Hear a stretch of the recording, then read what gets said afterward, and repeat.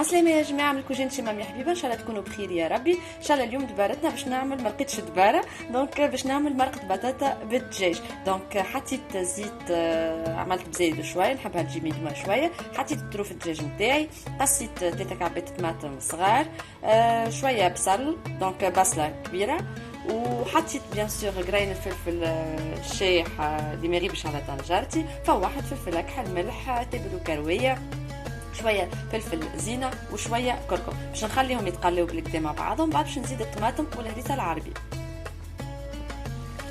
دونك كيف ما تشوفوا الطماطم والدجاج والبصل بتاعي تقلاو بالكدا. توا باش نزيد الطماطم المعجونه والهريسه العربي، وانتم باش معناتها تزيد الطماطم حسب التختوخ اللي عندك. انا لهنا باش نزيد كان شطر مغرفه، وباش نزيد الهريسه العربي.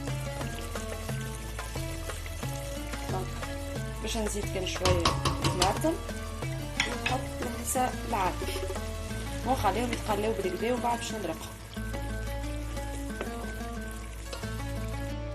الطماطم نتاعي تقلات، دونك توا باش نزيد الابراج نتاع البطاطا، نخليهم ياخذوا شويه كالفاح وباش نمرقها.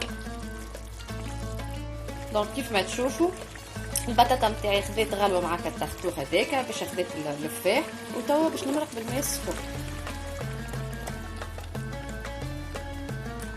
ونحطهم يطيبوا على نار هاديه. دونك تبردنا حضرت، دونك زدتها توا معدنوس، قرون الفلفل ورشه فلفل اكحل. ان شاء الله تكون عجبتكم الوصفات. كان عجبتكم هاكا حطوا لنا امتي لايك، امتي كومنتير، وشهيه طيبه.